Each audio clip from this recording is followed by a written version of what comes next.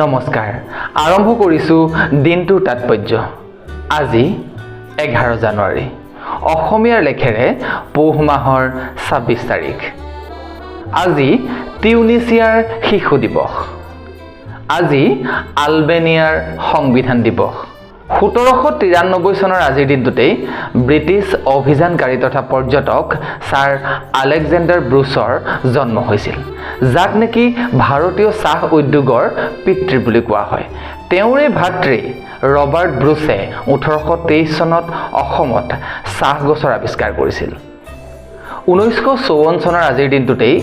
Nobel বঁটা বিজয়ী তথা ভাৰতীয় শিশু অধিকাৰ কৰ্মী কৈলাশ সত্যাৰ্থীৰ জন্ম হৈছিল 1973 চনৰ আজিৰ দিনটোতেই ভাৰতীয় ক্ৰিকেট দলৰ প্ৰাক্তন অধিনায়ক দ্য ৱাল খ্যাত ৰাহুল দ্ৰাবিড়ৰ জন্ম হৈছিল 1962 চনৰ আজিৰ দিনটোতেই বিশিষ্ট অসমীয়া অভিনেতা গল্পকাৰ কবি তথা আবৃত্তিকাৰ তপন দাসৰ জন্ম হৈছিল 2008 চনৰ আজিৰ দিনটোতেই পৃথিৱীৰ সৰ্বোচ্চ শৃংগ মাউণ্ট এভাৰেষ্ট আৰোহণ কৰা পৃথিৱীৰ প্ৰথম দুজন ব্যক্তিৰ অন্যতম এডমাণ্ড হিলাৰীৰ মৃত্যু হৈছিল 1613 চনৰ আজিৰ দিনটোতেই মোগল সম্ৰাট জাহাংগীৰে ইষ্ট ইণ্ডিয়া কোম্পানীক চুৰাটত কাৰখানা নিৰ্মাণৰ অনুমতি প্ৰদান কৰিছিল